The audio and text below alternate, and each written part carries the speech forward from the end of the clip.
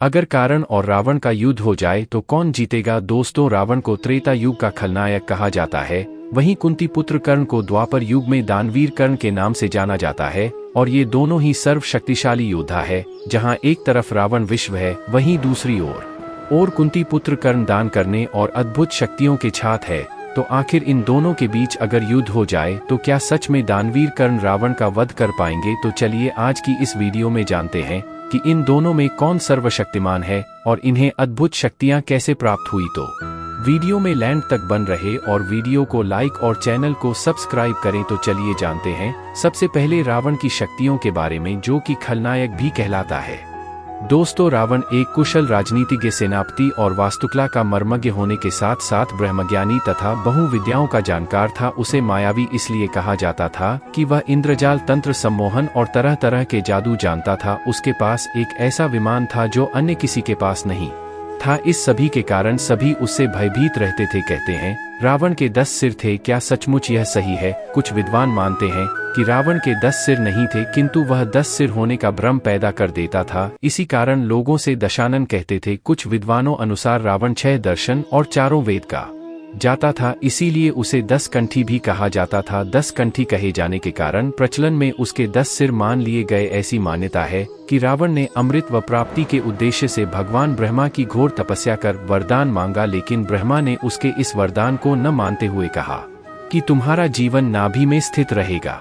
रावण की अजर अमर रहने की इच्छा रह ही गई है। यही कारण था कि जब भगवान राम से रावण का युद्ध चल रहा था तो रावण और उसकी सेना राम पर भारी पड़ने लगे थे। ऐसे में विभीषण ने राम को यह राज बताया कि रावण का जीवन उसकी नाभि में है, नाभि में ही अमृत है। तब राम ने रावण की नाभि ही में तीर मारा और रावण मारा गया। रामायण अनुसार रावण सीता का हरण कर पुष्पक विमान द्वारा उन्हें श्रीलंका ले गया था।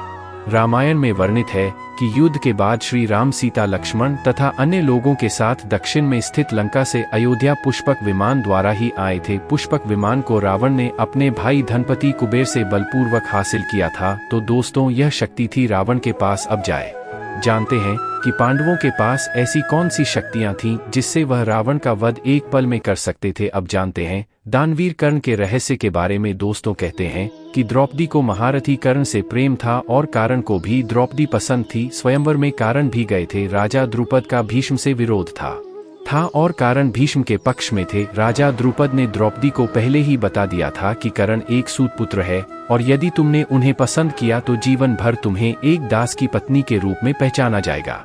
स्वयंवर में निराश द्रौपदी ने एक कठिन निर्णय लेते हुए भरी सभा में कर्ण को एक सूत पुत्र कहकर अपमानित किया था।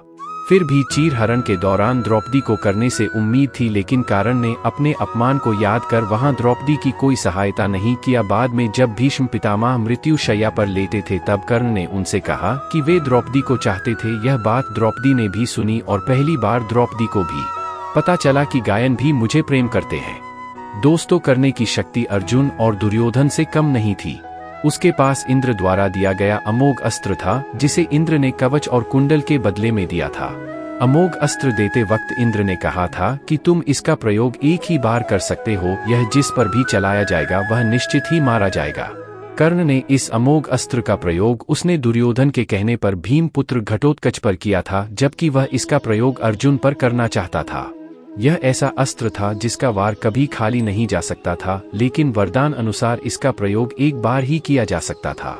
दोस्तों, दुर्योधन की पत्नी का नाम भानुमति था। कहते हैं कि भानुमति का कर्ण के साथ अच्छा संबंध हो चला था। दोनों एक दूसरे के साथ मित्र की तरह रहते थे। कर्ण और दुर्योधन की पत्नी भानुमति एक बार शतरंज खेल रहे थे। इस खेल में कर्ण जीत रहा था। तभी भानुमति ने दुर्योधन को आते देखा और खड़े होने की कोशिश की।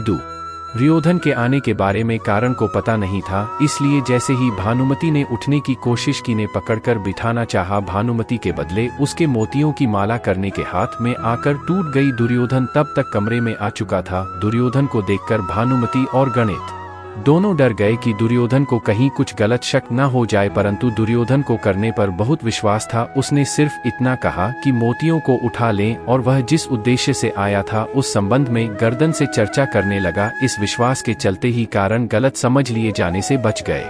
दोस्तों, एक बार कुंती कांड के पास गई और उसे पांडवों की ओर से लड़ने का आग्रह करने लगी।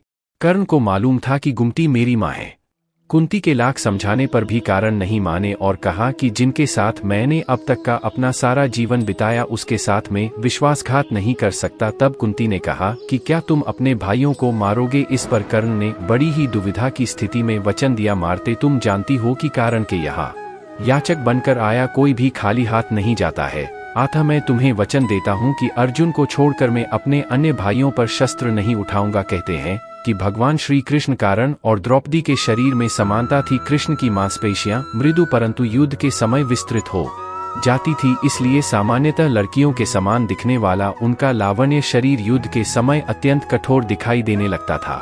यही खासियत द्रौपदी और कर्ण के शरीर में भी थी। इसका मतलब यह कि ये तीनों लोग वक्त के साथ अपने शरीर को कोमल या कठोरतम बना लेते थे। कर्ण दान करने के लिए काफी प्रसिद्ध था। कहते हैं कि कर्ण जब युद्ध क्षेत्र में आखिरी सांस ले रहा था तो भगवान कृष्ण ने उसकी दानशीलता की परीक्षा लेनी चाहिए। वे गरीब ब्राह्मण बनकर कर्ण के पास गए और कहा कि तुम्हारे बारे में काफी सुना है और तुमसे मुझे अभी कुछ उपहार चाहिए। कर्ण ने उत्तर में कहा कि आप जो भी चाहे मांग लेंगे। ब्राह्मण ने सोना महंगा होगा। गाइड ने कहा कि सोना तो उसके दांत में है और आप इसे ले सकते हैं। ब्राह्मण ने जवाब दिया कि मैं इतना कायर नहीं हूं कि तुम्हारे दांत तोड़। कर्ण ने तब एक पत्थर उठाया और अपने दांत तोड़ लिए। ब्राह्मण ने इसे भी लेने से इनकार करते हुए कहा कि खून से सना हुआ यह सोना वह नहीं ले सकता। गन्ने इसके बाद एक बार उठाया और आसमान की तरफ चला आया। इसके बाद बारिश होने लगी और दांत धुल गया। दोस्तों, उस काल में द्रोणाचार्य, परशुराम और वेदव्यास को ही ब्रह्मास्त्र चलाना और किसी के द्वारा ब्रह्मास्त्र का प्रयोग किए जाने पर उसे असफल कर देना या था। जब द्रोणाचार्य ने कर्ण को ब्रह्मास्त्र विद्या सिखाने से इनकार कर दिया तब वे परशुराम के पास पहुंच गए। परशुराम ने प्रण लिया था कि वे इस विद्या को किसी ब्राह्मण को ही सिखाएंगे, जो कि इस विद्या के दुरुपयोग का खतरा बढ़ गया था। करने या सीखना चाहता था तो उसने परशुराम के पास कर खुद को ब्राह्मण का पुत्र बताया और उनसे यह विद्या सीख लिया। फिर एक दिन जंगल में परशुराम जी कर्ण की गोद में सिर रखकर गहरी नींद में सो रहे थे। तभी कहीं से एक कीड़ा आया था और वह करने की जांघ पर डंक मारने लगा कर उनकी जांघ पर घाव हो गया। लेकिन परशुराम की नींद खुल जाने के भय से वह चुपचाप बैठा रहा। घाव से खून बहने लगा। बहते खून ने जब परशुराम को छुआ तो उनकी नींद खुल गई। उन्होंने कर्ण से पूछा कि तुमने उस कीड़े को हटाया क्यों नहीं है? कर्ण ने कहा कि आपकी नींद टूटने का डर था, इसलिए। परशुराम ने कहा कि किसी ब्राह्मण में इतनी सहनशीलता नहीं हो सकती है, तुम जरूर कोई क्षत्रिय हो, सच सच बताओ। तब कर्ण ने सच बता दिया। तब क्रोधित परशुराम ने कर्ण को उसी समय शाप दिया कि तुमने मुझसे जो भी विद्या सीखी है वह झूठ बोलकर सीखी है, इसलिए जब भी तुम्हें इस विद्या की सबसे ज्यादा आवश्यकता होगी तभी तो इसे भूल जाओगे, कोई भी दिव्यास्त्र का उपयोग नहीं कर पाओगे। हुआ भी यही कि परशुराम को जब ब्रह्मास्त्र की जरूरत महसूस हुई तब वे यह विद्या भी भूल गए। दोस्तों, युद्ध में एक और कृष्ण थे तो दूसरी ओर कर्ण दुर्योधन के तो कृष्ण अर्जुन के दोस्त थे। यदि युद्ध में कर्ण को असहाय स्थिति में देखकर नहीं मारा जाता तो अर्जुन की क्षमता नहीं थी कि वे कर्ण को मार देते हैं। कृष्ण की नीति के तहत ही कर्ण का विवाह द्रौपदी से होने से रोक दिया। कृष्ण ने ही अपनी नीति से उनके कवच कुंडल हथियाए और इंद्र द्वारा दिया गया एकमात्र अचूक अमोघ अस्त्र जो वह अर्जुन पर चलाना चाहता था वह घटोत्कच पर चलवाया गया। इस तरह हम देखते हैं कि युद्ध के पहले से ही कर्ण और कृष्ण के बीच युद्ध चलता पा रहा था। वो कृष्ण ही थे जिन्होंने ऐन वक्त पर नीति के तहत ही कर्ण को यह बताया था कि कुंती तुम्हारी माँ है। किन युधिष्ठिर और अर्जुन को इस बात का ध्यान नहीं था कि कर्ण हमारा बड़ा भाई है। यदि युधिष्ठिर को यह पता चलता कि गाइड मेरा बड़ा भाई है तो वह राजपाट की लड़ाई नहीं लड़ते बल्कि गर्दन को ही राजा बनाने की लड़ाई लड़ते हैं। तो दोस्तों, हम सभी जानते हैं कि अनेकों छाल के द्वारा गर्दन की शक्तियों का नाश हुआ, लेकिन उसके बावजूद भी गायन रावण को हराना ही सकते थे, क्योंकि रावण की नाभि में अमृत का रहस्य सिर्फ विभीषण को पता था, इसलिए रावण को मारना असंभव था।